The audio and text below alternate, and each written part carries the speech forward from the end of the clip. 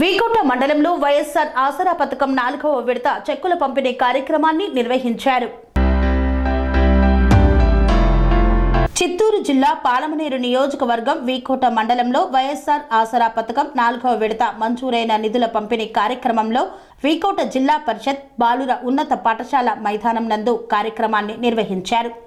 ఈ కార్యక్రమంలో ఎమ్మెల్యే వెంకటగౌడ పాల్గొని 1290 గ్రూపులకు గాను వైఎస్ఆర్ ఆసరా పథకం 4వ విడతలో 11,77,47,000 రూపాయలను లబ్ధిదారులైన మహిళలకు సంబంధించిన మెగా చెక్కును పంపిణీ చేశారు.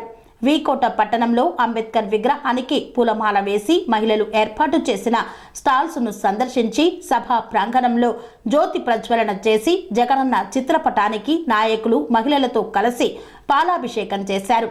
అనంతరం పలువురు నాయకులు మాట్లాడుతూ జగనన్న మన రాష్ట్రానికి దొరికిన ఆనిముత్యం, మన కష్టాలు తీర్చేందుకు రాజశేఖర్ రెడ్డి పంపిన పెద్ద కొడుకు జగనన్న అన్నారు. 2019 ఎన్నికల ముందు జగనన్న ఇచ్చిన మాట ప్రకారం డ్వాక్రాలోని అక్క చెల్లెమ్మల రుణాలను 4 విడతల్లో మాఫీ చేస్తానని చేసి మాట నిలబెట్టుకున్న జగనన్నకు మీరందరూ అండగా నిలవాల్సిన సమయం వచ్చిందని తెలిపారు. మీకు ఇంకేమన్నా కావాలా? మీరేం చేయాలా? జన్మభూమి కమిటీ వాళ్ళకు అర్జీ పెట్టుకోవాలి. జన్మభూమి కమిటీ వాళ్ళు ఏం చేస్తారు? మీకు మంచి వాళ్ళు అయితే మీకు వాళ్ళకు సరిపోతే ఆ అప్లికేషన్ నాకు పంపిస్తారు. ఒకవేళ మీకు వాళ్ళకి కాలేదనుకోండి, మీ పేరు అక్కడే తీసేస్తారు. మీకు అంతా కుదిరి మళ్ళీ నాకు వచ్చింది అనుకోండి, అంటే నేను ఇన్ఛార్జ్గా ఉండేటప్పుడు నేను ఆ అప్లికేషన్ తీసుకొని మినిస్టర్ గారికి ఇచ్చి, మినిస్టర్ గారి దగ్గర నుంచి కలెక్టర్ గారికి ఇచ్చి, కలెక్టర్ గారి నుంచి మీకు అది వచ్చే కొందరికి గడ్డ పెరిగిపోతుంది, నా వయసు అయిపోతుంది. ఈరోజు ఆ పరిస్థితులు ఉన్నాయా మీకు అంటే ఆ పరిస్థితుల్లో లేవు. నిజంగా మీరు అర్హులైతే మీ ఇంటి దగ్గరే వాలంటీర్లు వస్తూ ఉంటారు.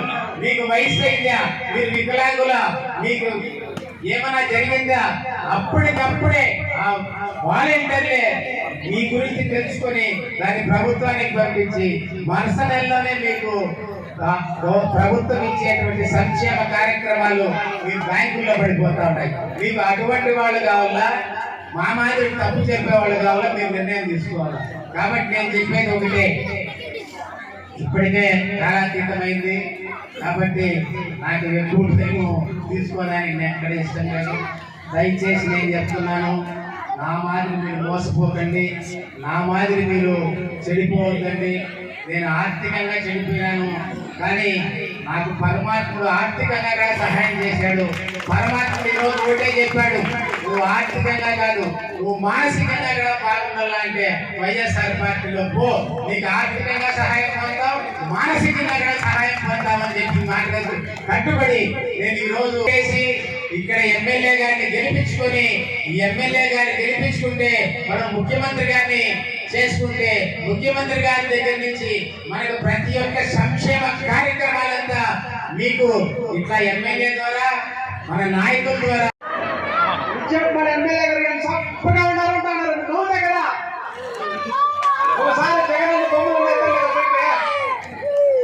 చూడే అన్ని ఎత్తు వల్ల పెట్టుకున్నారు. ఒకసారి వేదిక పైన ఉన్న పెద్దలు, మన ఎమ్మెల్యే వెంకటగౌడ గారికి, అలాగే భోసన్న గారికి, వైఎస్ఆర్సీపీ కుటుంబ సభ్యులకి, అలాగే సర్పంచులు, ఎంపీటీసీలు, ముందున్న అక్క చెల్లెలకి, ముందుగా ఏపీ గారికి పేరు పేరున నా ధన్యవాదాలు, నమస్కారాలు. వచ్చేపు ఎమ్మెల్యే గారు మాట్లాడేవారు నవ్వాడి గారు లేదంటే బాధపడ్డారు. చాలా మంది మాట్లాడాల్సి ఉంటుంది, మీకు కూడా చాలా చేపైంది. అన్నగారు 2 నిమిషాలు టైం ఇచ్చినారు. అక్క మీకే వైఎస్ఆర్సీపీ కుటుంబ సభ్యులందరూ కూడా ఒకటే చెప్తున్నా, జగనన్న ప్రభుత్వం వచ్చినాక మీకు మంచి జరిగిందా లేదా? జోర్గా చెప్పాలి, లేదా మాట్లాడతామంట జరిగిందా? ఈ రోజు చెప్తున్నాం, 2 నెలల్లో ఎలక్షన్ వస్తాయి, దాదాపు అంతా వస్తూ ఉంటారు. మీరందరూ కూడా గుర్తుపెట్టి ఎందుకు చెప్తున్నానంటే, మన ఎమ్మెల్యే వెంకటగౌడ గారు పార్టీ లేకముందున్నప్పటి నుంచి మీ కడప దాకా వచ్చినారు, మీ కష్టాలు తీర్చినారు, మీ బాధలు తీర్చినారు. ఇప్పుడు గెలిచినట్టు కూడా 2 సార్లు వచ్చినారు మీ ఇంటి దాకా. వాస్తవా కదా? మీరంతా కూడా వైఎస్ఆర్ కుటుంబ సభ్యులందరితో పాటు ఇక్కడ వచ్చిన ప్రజలందరికీ నమస్కరించుకుంటూ నేను మీ సమయం వృధా చేయదలుచుకోలేదు. కేవలం కొన్ని పాయింట్లు మాత్రం చెప్తానమ్మా, మీరు ఆలోచిస్తే బాగుంటుంది. ఇంకొకటి, మీరు మీ ఊర్లలో చర్చ చేయండి. ఇప్పుడున్న ప్రభుత్వం మేము చెప్పలేదు, జగన్మోహన్ రెడ్డి ఏ మాట చెప్పారో ఆ మాట 99% వరకు ఏదైతే సంక్షేమ పథకాలు ఉన్నాయో అన్ని అమలు చేసినారమ్మా. అరాకొరాయన మిస్ అయిండొచ్చు, అది చెప్పిన మాట కాకుండా ఇంకా కూడా చాలా కూడా చేసినారు. అవన్నీ మీరు గమనించాలి. ఈరోజు ప్రజల్లోకి ప్రతిపక్ష నాయకులు వస్తా ఉన్నారు, మాకు ఓటేయండి అనేసి. మీకు ఓటేసినప్పుడు ఏమి చేసింది లేదు, జనాల గురించి పట్టించుకుని లేదు. ఈరోజు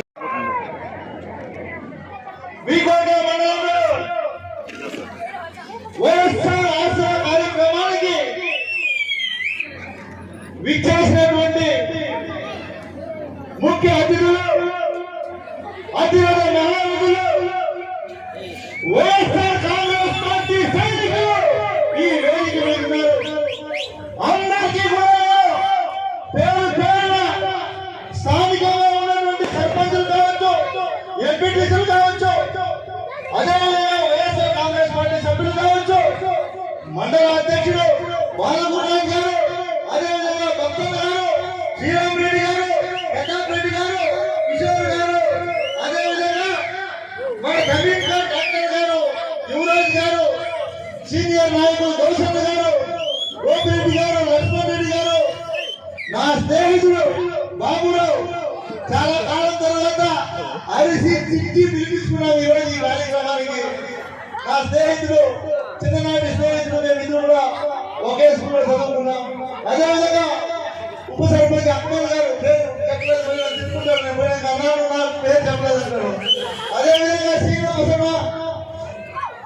ఉపదన కృష్ణమూర్తి, యువనాయకుడు బాలాజీ, తహసీల్దార్ గారు, అదేవిధంగా ముఖ్యంగా ఈ కార్యక్రమాన్ని ఎంతో కష్టపడే మా అక్కలు, సంఘమిత్ర అన్నగారులు, మిమ్మల్ని అందరినీ కూడా ఇబ్బంది పెట్టింటారేమో అనుకుంటాను. ఖచ్చితంగా మీటింగ్ రావాలని ఏపీఎం గారు, సీసీలు అందరూ కూడా ఇంత పెద్ద ఎత్తున ఈ కార్యక్రమానికి అక్క చెల్లెలు అందరికీ కూడా నేను శిరస్సు వంటి నమస్కరించుకుంటూ మీడియా సోదరులకు ప్రత్యేకంగా ధన్యవాదాలు తెలియజేస్తా ఉన్నా. మహిళలకు చేయాలి, మహిళలకు ఉన్నటువంటి ఏదైతే అన్నా ఇదే ఇప్పుడే చెప్పాను కదా, వేదిక మీద ఉన్నటువంటి అందరి పేర్లు చెప్పాను. తండ్రి సమానమైనటువంటి భూషణ్ గారు ఎంతో కంకణం కట్టుకొని మళ్ళీ వైఎస్ఆర్ కాంగ్రెస్ పార్టీని ఇక్కడ గెలిపించాలి, జగన్మోహన్ రెడ్డి గారిని ముఖ్యమంత్రి చేయాలి అని వైఎస్ఆర్ కాంగ్రెస్ పార్టీలో చేరి మాకందరికీ కూడా ఇంకా ఇలా చేయాలి, అలా చేయాలని అక్క చెల్లెమ్మలారా మీరు అన్నీ తెలుసుకోవాలి. ఆనాడు ఉన్నటువంటి ముఖ్యమంత్రి చంద్రబాబు నాయుడు 2014 ఎన్నికల్లో అప్పుడే భూషణ్ గారు చెప్పినట్టుగా అమ్మా లోకల్ గ్రూపుల్లో ఉన్నటువంటి మహిళలారా బాబు వస్తాడు, మీ లోకల్ రుణమాఫీ చేస్తాడు అని చెప్పాడు చంద్రబాబు నాయుడు. గుర్తుందా తల్లు? 2014 ఎన్నికల్లో ఆ మాటే భూషణ్ మీ అందరికీ చెప్పాను, ఇంతసేపు చెప్పాను. మహిళలందరూ కూడా మనం అందరూ రైతులు, మనం మన ప్రాంతంలో వ్యవసాయం లేదా కూలీ నాలి చేసుకొని బతికేటువంటి పరిస్థితుల్లో ఉన్నాం. చంద్రబాబు నాయుడు చెప్పినటువంటి కట్టు మాయ మాటలు నమ్మి ఆ రోజు చంద్రబాబు ముఖ్యమంత్రి చేస్తే ఇక్కడ ఉన్నటువంటి ఈ సభలో ఉన్నటువంటి వేలాది మంది అక్క చెల్లెమ్మలు అడుగుతా ఉన్నా, ఏ ఒక్కరికైనా డోక్రా రుణమాఫీ చేసిన తల్లి ఒక్కరికి చేశారో అడుగుతా ఉన్నారు. ఒక్కరికి కూడా చేయకుండా మీరు డిఫాల్ట్ అయ్యి మీ గ్రూప్ సభ్యులందరూ ఇబ్బందులు పడి, మీరు నానా అధికారులు పడి, ఈ అధికారులు ఈ సంఘమిత్రాలు పాపం ఆ రోజు ఎంతో ఇబ్బంది పడి మిమ్మల్ని గట్టిగా డబ్బులు కట్టకపోయినటువంటి అప్పు కోసమే ఆసరా గుర్తుపెట్టుకుంటుంది. మీ అప్పు ఆనాటికి ఒక్క వీకోట మండలంలో మీ అందరి అప్పు 47 కోట్ల రూపాయల అప్పు ఉండేది ఆనాడు గుర్తుపెట్టుకోండి. ఇక్కడ ఉన్నటువంటి ప్రతి అక్క చెల్లెమ్మ అప్పు 47 కోట్లు ఉంటే చాలా మంది నాయకులు జగనన్నకి అప్పట్లో మనం అధికారంలోకి రావాలి, జగనన్న మీరు కూడా అబద్ధం చెప్పండి, మీరు అబద్ధం చెప్పి మేమేమో రుణమాఫీ చేస్తామంటే మరొకరు ఓటేస్తారని చెప్తే నిక్కచ్చిగా ఒకే ఒక్క మాట చెప్పాడు జగనన్న అన్నాడు, అన్నా ప్రజలు నాకు అధికారం ఇచ్చిన ఇవ్వకపోయినా ఆనాడు నా తండ్రి ఎలా ప్రజలకు ఇచ్చినటువంటి మాట నిలబెట్టుకున్నాడు, ఆయన కడుపున పుట్టినటువంటి నేను ఆయనలాగా గొప్పగా బతకాలి అంటే నేను అబద్ధాలు చెప్పకూడదు, చెప్పలేను అని చెప్పినటువంటి ఘనత మన ముఖ్యమంత్రి జగన్మోహన్ రెడ్డి గారిని గుర్తుపెట్టుకోండి. అదేవిధంగా రైతులు కూడా రుణమాఫీ చేస్తామని చెప్పన్నారు. సస్య మీరా అంటే కూడా నేను అబద్ధం చెప్పను అన్నాడు జగన్మోహన్ రెడ్డి గారు. ఒకే ఒక్క మాట చెప్పాడు, ఈ రాష్ట్ర బడ్జెట్ ఎంత, అక్క చెల్లెమ్మల అప్పులు ఎంత, ఈ అప్పులు మనం తీర్చాలంటే ఏం చేయొచ్చు, వాళ్ళ మీద భారం ఎక్కువ ఉంది, చంద్రబాబు నాయుడు నమ్మి వాళ్ళు మోసపోయారు, ఈ రోజు వాళ్ళకి అబద్ధాలు చెప్పి వాళ్ళని మనం మోసం చేస్తే రేపు ఏం ముఖం పెట్టుకొని ఒక అక్క చెల్లెమ్మ దగ్గర పోయి మనం మాట్లాడగలుగుతాం, వాళ్ళకి న్యాయం చేయాలంటే ఏ విధంగా న్యాయం చేయగలుగుతాం అని కూర్చొని మేధావులతో చర్చించి వాళ్ళకు భారం కాకూడదు, మనం అబద్ధం చెప్పకూడదు, వాళ్ళ అప్పు తీరాలి, ఏం చేస్తే సరిపోతుందని చర్చించి మేధావులతో చర్చించి అప్పుడు వచ్చిందే ఈ వైఎస్ఆర్ ఆసరా తల్లి.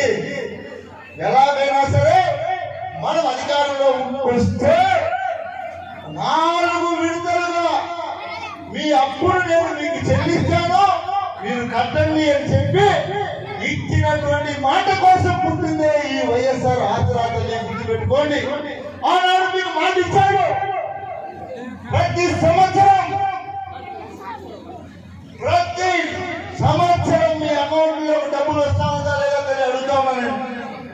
4 సంవత్సరాలు ఇచ్చినటువంటి మాట ప్రకారం ఈ రోజు వైఎస్ఆర్ ఆసరా అనే కార్యక్రమంలో మీ అప్పులు ఈ నాటికి పూర్తిగా మాఫీ అయిపోయింది. ఈ విధంగా చంద్రబాబు నాయుడు మిమ్మల్ని మోసం చేస్తే మీకోసం మీ కుటుంబం కోసం కష్టపడినటువంటి గొప్ప నాయకుడు జగన్మోహన్ రెడ్డి గారు. అదేవిధంగా ఇంకా ముఖ్యంగా మీరు తెలుసుకోవాలి, అక్క చెల్లెమ్మలు ఎంతమంది ఉన్నారో ఇక మీరు అందరూ కూడా ఒకటే గుర్తుపెట్టుకోండి. మనం అధికారంలో వచ్చిన తర్వాత మీరందరూ కూడా ఆ రోజు మమ్మల్ని నమ్మి ఓటేస్తే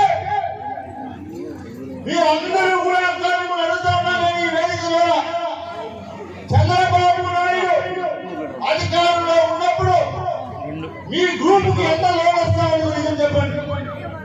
ఒక్కొక్క గ్రూప్ కి ముక్కి మూలికి ఏమి చేసినా 5 లక్షలకు పోయినా ఏ గ్రూప్ కి లోన్ ఇచ్చినటువంటి దాఖలాలు ఏ గ్రూప్ లో అయినా ఉందామని అడుగుతాను. అందరి ఏ గ్రూప్ కైనా 5 లక్షలకైనా పై రుణాలు ఇచ్చినటువంటి డాక్యుమెంట్ ఎక్కడైనా ఉందా అని అడుగుతా ఉన్నా.